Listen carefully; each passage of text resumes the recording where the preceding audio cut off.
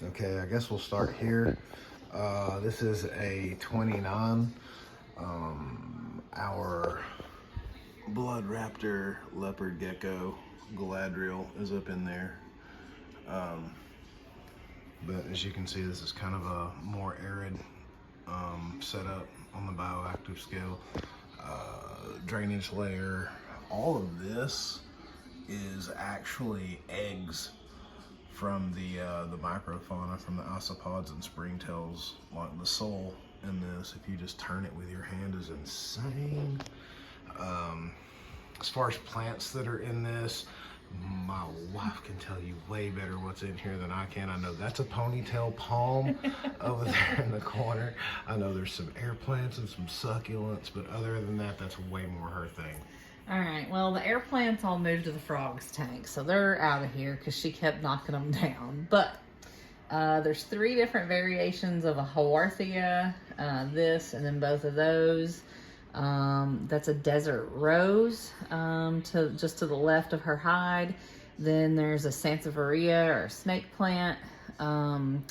There's a Crassula jade. Looks like this one right here. And then the one in the back, the funky looking one, the short, that's one of my favorites. It's a Crassula golem. And then there's a Schefflera, the taller one in the corner. There's a couple of other succulents. This one isn't doing well because she constantly knocks the leaves off. I'm probably going to pull that one out soon. But everything else is doing awesome. All right, and we've got isopods, springtails in the mix in the soul in this one. The leaf litter and everything that's on top kind of conceals everything. It's fun to watch Galadriel hunting that because she sees the leaves move and then she just shakes her little tail like a rattlesnake and runs after it. She goes ham. All right, so, and then this was supposed to be a 20-gallon long for a tomato frog. We have yet to find a tomato frog. So now we have just a random frog. It's a spring peeper. It's a spring peeper, who is the Lazarus frog. That's a way longer story than we will get into. No, but his name is Joshua Bar Joseph. Yes. All right, and what else in this one? There's a I see some nerve. Yeah, plant. nerve plant, more Schefflera. There's a satin pothos back there. There's a fern, a bunch of air plants. This is a polka dot plant, a little palm, a rattlesnake plant in the back. Oh, look, there he is. Oh, He he's just jumps out. out to say hi. Yeah. He's like, hey. And then another Schefflera over there. All right, cool. All right, and this is our old man. He's this potato over here in the corner. Jabberwocky. I swear he's alive. But so he just got upgraded into a 75. Can you tell me what you did with the 75? Yeah, for this one, I used the BioDudes Terra Sahara substrate. I used 72 quarts of it and mixed in 4 quarts of organic orchid bark. It's got... Gamey. It's got dwarf purple isopods, dwarf white isopods, giant canyons, and pink springtails. I also threw in a handful of dubia roaches. They'll be able to start reproducing and forming their own colony soon. This should just really be a self-sustaining system because it will produce all its own food in here. Here in the middle, we have some herbs planted. We got a peppermint and a spearmint. I fully expect him to eat those. When he does, I will plant new herbs for him. But he's got his little garden that he can just graze from as he wants. And again, the ponytail palm, Sansevieria, an aloe, and then a blue agave back in that corner. This tank looks really awesome. I love the driftwood that we put in there. Look at him. It's ridiculous.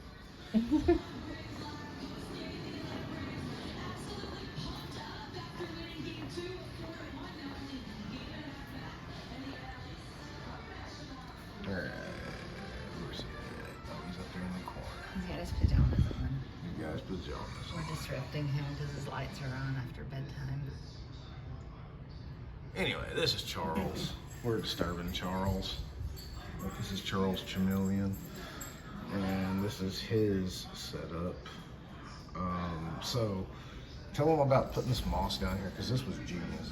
Okay, yeah, so Charles has a misting system. We've got the Mist King installed. Here's the sprayers, and then underneath of this plant, that's the reservoir. It's just a 5-gallon Home Depot bucket that's got water in it. So overnight, this sprays. So since that sprays, we need to have a drip tray. So I decided to make the most of my drip tray that gets a little water in it, and I've got some living moss in here. This is just called Mood Moss, and it just fits perfectly down in there. It's doing really well. So there's just a little moss in here. I've got a substrate of just a mixture of some topsoil and sphagnum peat moss and a little bit of sand.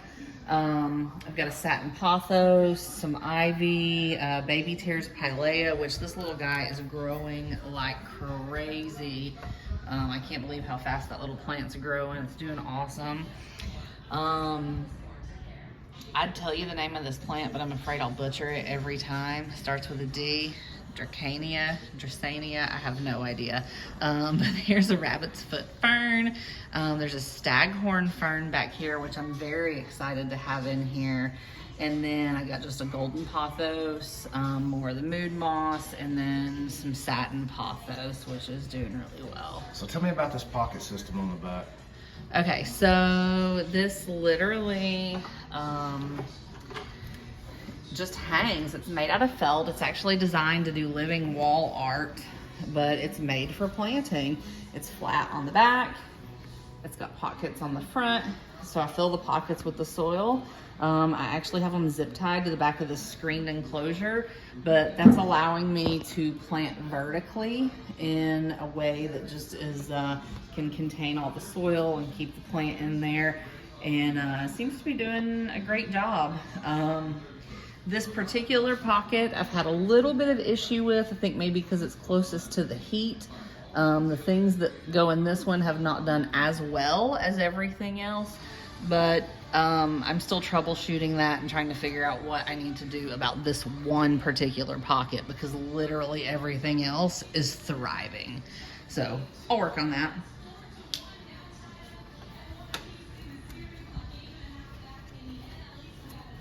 All right, let's go meet the turtles.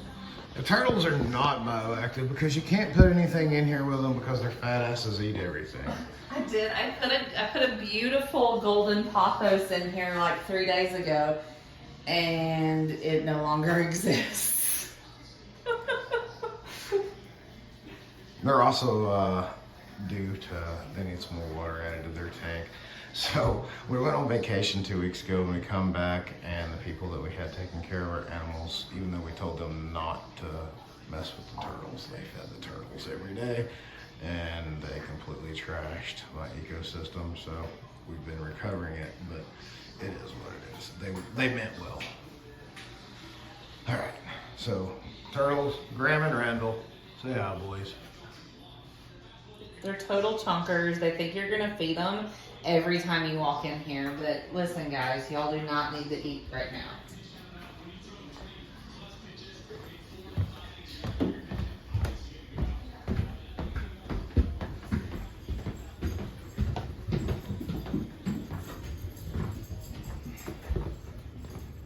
Alright. Oh, I forgot we still had one that wasn't bioactive. Yeah, this is our only one that's left. It's because he's moving to a different tank, because he's going to my classroom.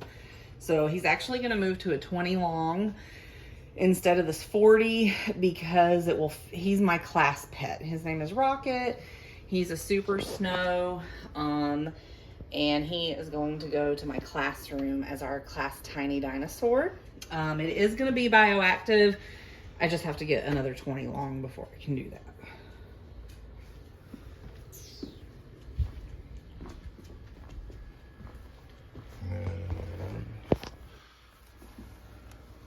There he is. So this old man is the biggest. He is a giant lineage. Max, no. Is he? He's definitely max snow, possibly super max snow. We're not 100% on that. I wish he would come out. He's fucking Yeah, gorgeous. he is large and in charge. Crazy huge. But his setup's pretty cool. It reminds me of the Flintstones. Every time I look at this one, I'm just like singing some Hanna-Barbera. So what all you got going on in here? So this one and the one next to it are super similar. The substrate is the BioDudes Terra Sahara. I've got leaf litter on top. I've got isopods and springtails. All the microfauna from roach hollow, reptiles and bugs.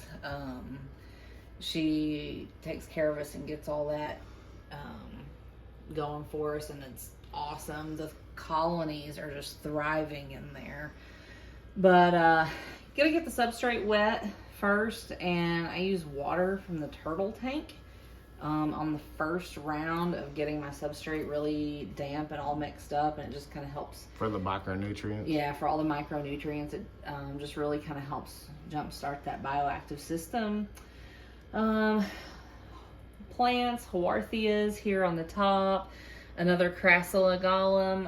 I love those. There's two in the plant and the tank next to it. I just think they're funky and fun. It reminds me of the Snorks. Got a Pilea here.